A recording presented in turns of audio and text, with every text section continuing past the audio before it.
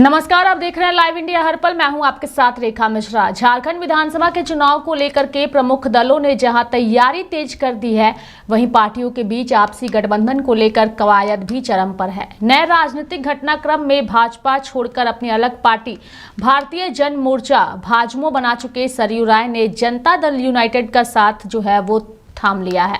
और इसके साथ ही चर्चा इस बात की है कि अब जेडीयू जो है वो बिहार में बीजेपी का हिस्सा है, यानी कि एनडीए का हिस्सा है। और अगर सरयू राय जेडीयू में है तो फिर उनके भी चुनाव लड़ने और जेडीयू के चुनाव लड़ने की अटकलें जो है वो तेज है।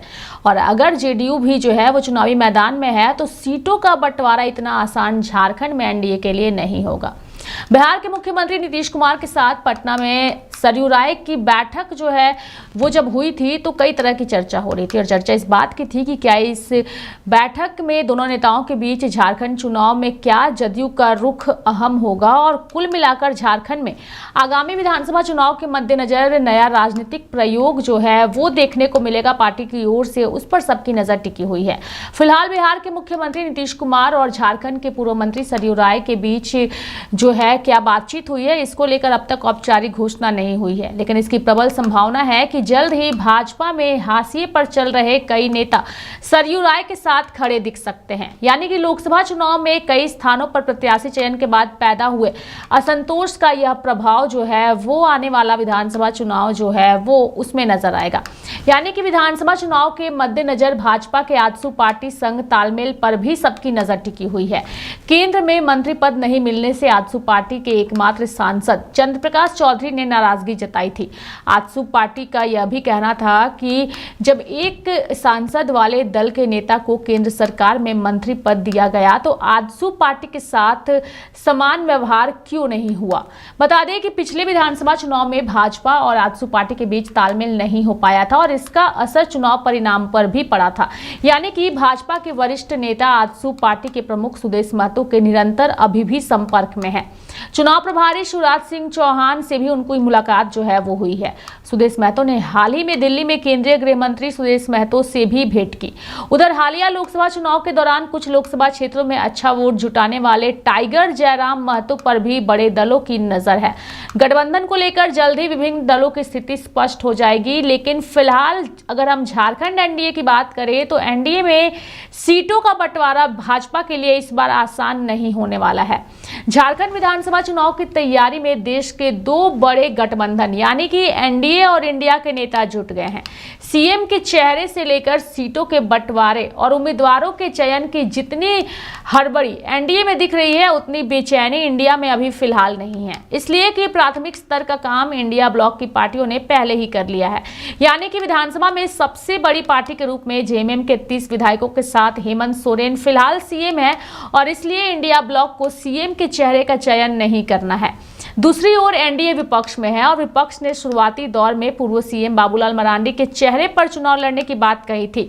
लेकिन पूर्व सीएम अर्जुन मुंडा की एंट्री हो जाने और अभी फिलहाल चंपई सोरेन के आ जाने के बाद से एनडीए के सीएम फेस पर माथापच्ची जो है वो करनी पड़ सकती है। यानी कि भाजपा के साथ अभी आजसू पार्टी एनडीए का घटक है। हालांकि जेडीयू ने भी झारखंड में विधानसभा चुनाव लड़ने की पूरी तैयारी कर ली है और वैसे अभी तक यह स्पष्ट नहीं हो पाया है कि जेडीयू एनडीए में रहकर झारखंड विधानसभा का चुनाव लड़ेगी या अलग होकर।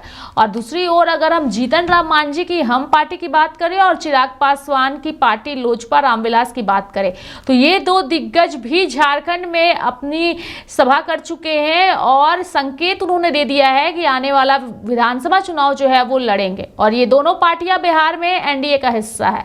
तो क्या ये दोनों पार्टियां भी झारखंड में बीजेपी के साथ मिलकर चुनाव लड़ेगी? तो आप समझ जाइए कि सीटों का बंटवारा आसान नहीं होने वाला है। बिहार के अलावा केंद्र में जेडीयू एनडीए का हिस्सा है। रही बात सीटों और क्षेत्रों के बंटवारे की तो इंडिया ब्लॉक में ज्यादा किचकिच की गुंजाइश फिलहाल नहीं दिखती। जेएमएम समेत इंडिया ब्लॉक में शामिल कांग्रेस, आरजेडी और सीपीआई एमएल ने पिछली बार जिन और जितनी सीटों पर चुनाव लड़ा था उतनी तो उन्हें मिल ही जाएगी। सीपीआई एमएलए झारखंड में पहली बार इंडिया ब्लॉक का हिस्सा बनी है। अभी उसका एक विधायक है, अनुमान है कि उसे एक और सीट दी जा सकती है। यानी कि आरजेडी ने पिछली बार 7 सीटों पर चुनाव लड़ा था और 1 पर जीत हुई। कांग्रेस ने 31 सीटों पर लड़कर 16 सीटें जीती थी, जबकि जेएमएम ने 41 पर लड़कर 30 सीटें अपनी झोली में कर ली थी। जेएमएम जीत का पिछला स्ट्राइक रेट देखते हुए कांग्रेस से कुछ सीटें अपने लिए चाहेगा। यानी कि शायद इस कड़ी में हेमंत सोरेन ने अपने दिल्ली दौरे में सोनिया गांधी से मुलाकात भी की है। वैसे वे इसे शिष्टाचार मुलाकात बता रहे हैं, पर 2 राजनीतिज्ञ कहीं जुटे और राजनीति की बात ना हो, ऐसा हो नहीं सकता।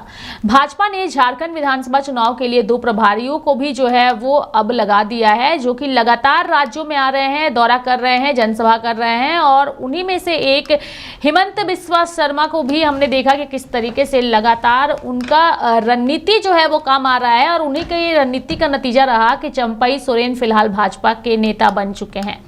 वहीं मध्य प्रदेश के 18 साल सीएम रह चुके शिवराज सिंह चौहान फिलहाल केंद्रीय कृषि मंत्री है। पार्टी के वे उपाध्यक्ष भी रह चुके हैं और माना जा रहा है कि उन्हें सत्ता और संगठन की बारीकियां जो है वो खूब आती है।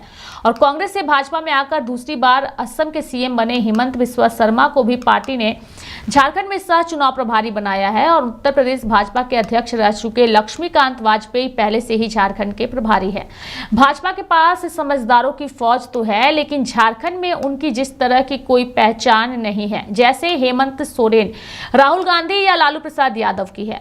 प्रादेशिक नेतृत्व का कोई कमाल भी लोकसभा चुनाव में नहीं दिखा। यानी कि भाजपा की पिछली बार जीती 3 सीटें उनके हाथ से निकल गई। इसलिए विधानसभा चुनाव में प्रदेश नेतृत्व कोई कमाल कर पाएगा, इसकी उम्मीद कम है। लेकिन इस उम्मीद को पूरा करने के लिए नेताओं ने जोर आजमाइश लगा रखी है। एनडीए को अभी सीटों के बंटवारे की गुत्थी सुलझानी है, जो कि सबसे महत्वपूर्ण है। यानी कि गुत्थी जेडीयू की एंट्री को लेकर उलझ सकती है, इसलिए कि जेडीयू ने अभी तक अपने पत्ते नहीं खोले हैं। रघुवर दास को हराने वाले सरयू राय के जेडीयू के करीब आने की खबरें भी अभी तक सामने आई है। और सरयू ने भारत जनतंत्र मोर्चा नाम से एक राजनीतिक फ्रंट पहले से ही तैयार किया हुआ था, लेकिन फिलहाल वो जेडीयू का हिस्सा है और जेडीयू में वो शामिल हो गए हैं।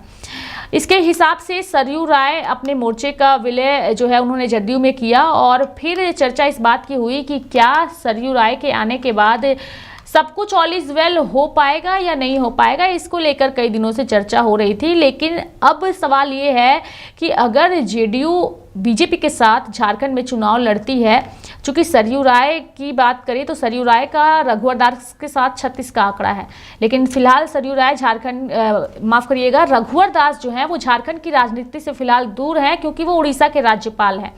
ऐसे में सरयू राय को मनाने और जो नुकसान उन्होंने 2019 के विधानसभा चुनाव में किया था बीजेपी के लिए, वो उस नुकसान से बचने के लिए भाजपा ने पूरी जोर आजमाइश कर दी है। और ऐसे में अगर जेडीयू अपने पत्ते खोलती है और बीजेपी के साथ मिलकर चुनाव लड़ना चाहेगी, तो उस पर भाजपा के नेता जरूर जो है वो विचार विमर्श करेंगे। पिछले चुनाव में आजसू पार्टी का भाजपा से कोई तालमेल नहीं था, इसलिए दोनों पार्टियां अलग अलग लड़ी और भाजपा को 25 सीटें आई तो आजसू को 2 सीटों से ही संतोष करना पड़ा।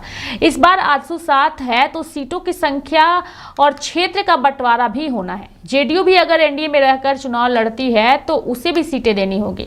इससे एक बात के आसार बढ़ गए हैं कि अपने सहयोगी दलों को संतुष्ट करना भाजपा के लिए चुनौती होगी, क्योंकि इस बार भाजपा के 2 सहयोगी आजसू और जेडीयू हो सकते हैं।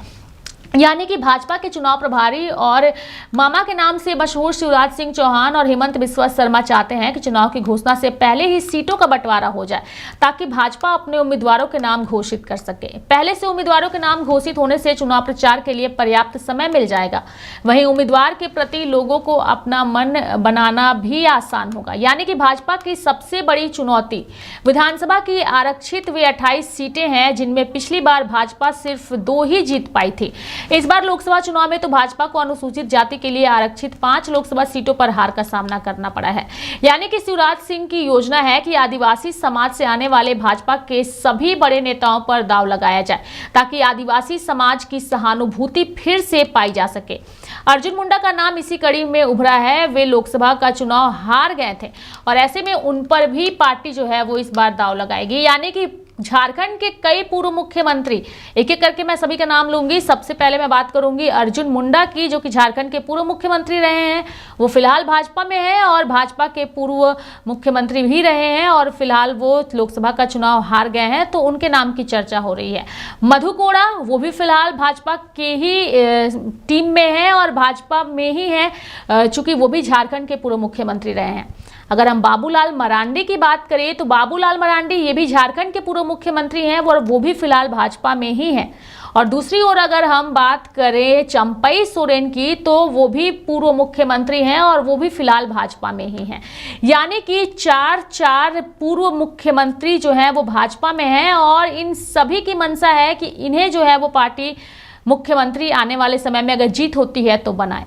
लेकिन 4 मुख्यमंत्रियों को एक साथ एक मंच पर ला करके भाजपा राज्य में क्या संदेश देना चाहती है और इन चेहरों के दम पर विधानसभा चुनाव फतह करना चाहती है। लेकिन असल फैसला जनता करेगी और जनता ही बताएगी कि आखिर किस चेहरे पर पार्टी जो है वो दांव खेलेगी और किस चेहरे को जनता स्वीकार करेगी। और इन सब के सामने हेमंत सोरेन की अगर हम बात करें तो वो अडिग होकर के खड़े हैं, चूंकि इंडिया ब्लॉक के पास सीएम के चेहरे को लेकर के कोई असमंजस की स्थिति नहीं है। अगर पार्टी विधानसभा चुनाव में उतरेगी तो वो सिर्फ और सिर्फ हेमंत सोरेन के चेहरे पर ही उतरेगी, जो कि स्पष्ट तौर पर पहले ही पार्टी की ओर से यानी कि इंडिया ब्लॉक की ओर से क्लियर कर दिया गया है। देखने वाली बात होगी कि आने वाले दिनों में भाजपा के लिए ये उलझन और कितनी बड़ी उलझन बनती है। तो मेरे साथ फिलहाल इस खास कार्यक्रम में अभी के लिए इतना ही। आप देखते रहिए लाइव इंडिया हर पल। नमस्कार।